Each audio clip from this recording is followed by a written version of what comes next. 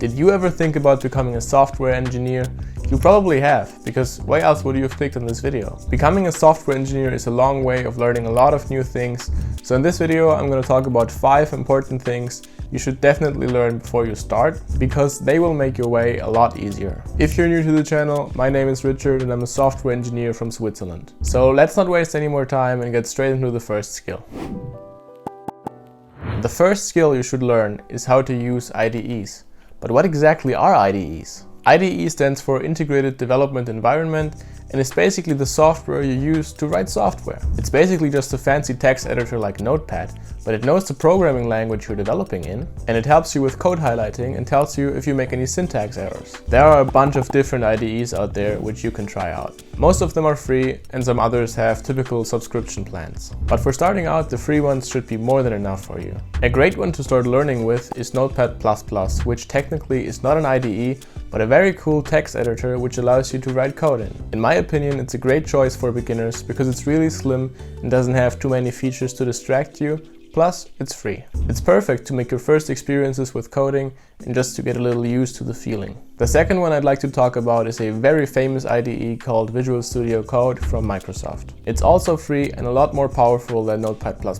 You can use it as a complete IDE, and it also allows you to install various extensions for a million different things. It also has an integrated console and built-in features like debugging and a Git integration, but we're going to talk more about that stuff later. I would also say that this is a beginner-friendly IDE, and it definitely provides you with everything you need to get started, but all the different available features might be a little confusing at the beginning. The last one I'd like to talk about is the one that I'm using for my daily work and also for all of my personal projects. It's called PHP Storm from JetBrains, and unfortunately it's not free. JetBrains is a company that offers a bunch of different IDEs for a lot of different programming languages like PHP, Java and Python for example, and each one of them is tailored for the programming language they're made for, and therefore have a fantastic language and feature support. You can also install a bunch of different plugins and make it do even more stuff. The JetBrains products are definitely for more experienced developers, because they provide a bunch of built-in features for professional software development, which you definitely don't need as a beginner. The single IDE subscription is about $100 a year, and if you want to use all the IDEs they provide,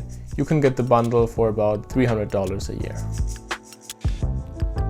The second skill I'm going to talk about is Git. I've seen other people in similar videos like this one talk about Git, but they never really explained what exactly it is, and I've noticed that a lot of people don't know what it is. So first, keep in mind that Git is not GitHub or GitLab, which is probably something you've also heard about. Git is an open source version control system which allows you to handle your project files. Services like GitHub or GitLab just offer you a platform where you can save or publish your Git repositories. But to start from the beginning, what exactly is version control and why would you use it? It's very simple. Just imagine a time machine for your code. Version control helps you to keep track of all the changes that you've made to your code, so you can easily go back in time if something goes wrong. This allows you to always access previous versions of your code, even if that code doesn't exist anymore. Just imagine a timeline, and every change you make to your code creates a new entry in it, and you can always access previous entries in this timeline. It also allows you to create something that's called a branch. A branch is basically just a copy of your project. The latest version of your code should be usually found in a branch called main or master.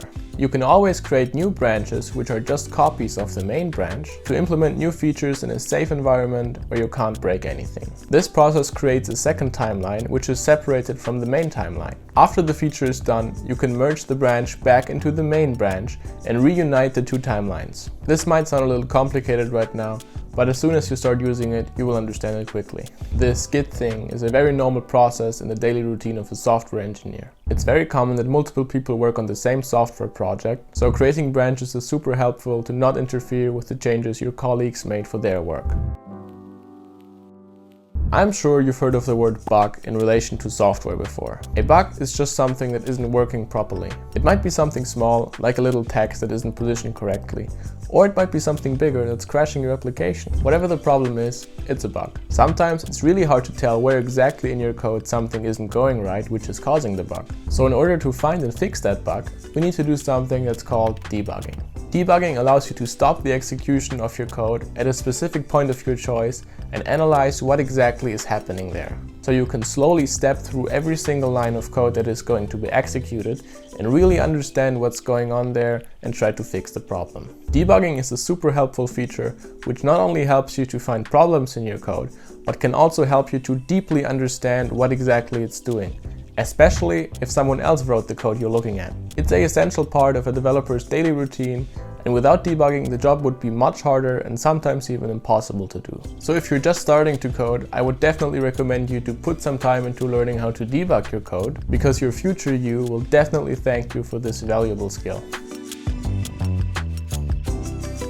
Something I'm sure a lot of software engineers can confirm is that people can't Google stuff. Some people really try to talk to Google or other search engines like humans, and therefore get more search results they might not have been looking for. So here are 5 tips you can use to improve your research quality and save yourself some time. Be as precise and short as possible. Google doesn't need any extra information that doesn't provide any valuable info to what exactly it is you're looking for. So for example, if you want to make a for each loop in PHP, don't search something like "I would like to create a for each loop in my PHP project." Just Google for each PHP, because these 2 words are the exact keywords that already provide 100% of the valuable information that Google can actually use. The second tip is to use quotes to get an exact match. If you have an error message or something like that, just wrap it into quotes to find results that exactly contain the same error. Another cool trick I often use when I want to find something on a specific website is the site parameter. Just add site and a colon followed by the website you're trying to find something in and what it is you're looking for to only find results of that website. If you want to make sure that you only find results that are not outdated, use the after or before parameter. This will help you to filter out results that are after or before a specific year or date. So for example, type something like PHP tutorials after 2022 and you should only find results that were published after 2022. And the last tip I'd like to share is the file type parameter. This is very useful if you're looking for some kind of ebook or documentation. Just add file type followed by the file type you're looking for to only get results that are files with that extension. So for example, write something like this to only get PHP tutorials in a PDF format. Of course, you can combine all these parameters to narrow down your search results even more. Use AI for your research. You've hopefully heard about ChatGPT by now, right? Because if not, you might want to do some research first.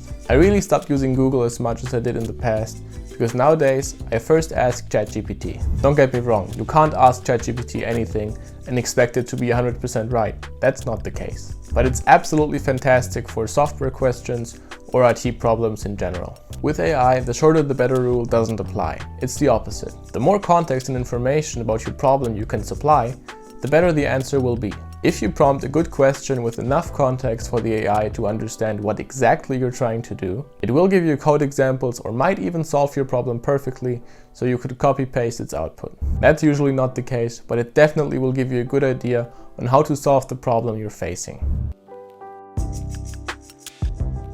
The last skill we're going to talk about is how to manage your tasks properly. Task and project management tools like Jira, Trello, and Notion are a big part of the software development process. Since you're usually going to work in development teams, it's very important to track and assign tasks, so everybody working on the project always knows the status of a specific task. Tasks in a project are usually referred to as something called issues. These issues can be categorized in feature, bug, improvement, or any other kind of issue.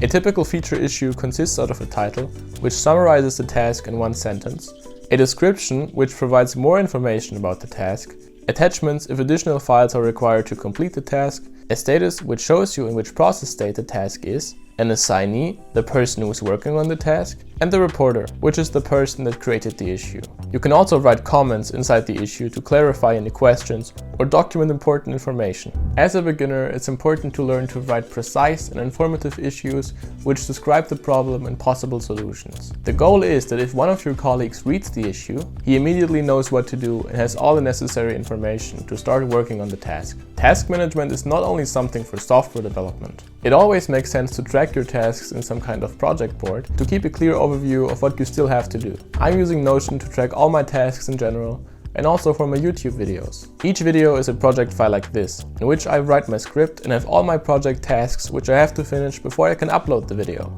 Additionally, I'm using the calendar to have a quick overview until when my tasks are due. And if you always track your tasks like this, it will be a lot easier when you get a job and it's actually expected of you. So these were the 5 skills I think anybody who wants to become a software engineer should learn. There are definitely more than these 5, so if you guys have anything to add, please let me know down in the comments. I hope you could take some value out of this video, and if you did, please consider subscribing, because it helps a lot. Thank you so much for watching, don't forget to like, subscribe and hit the bell, and I'll see you in the next one.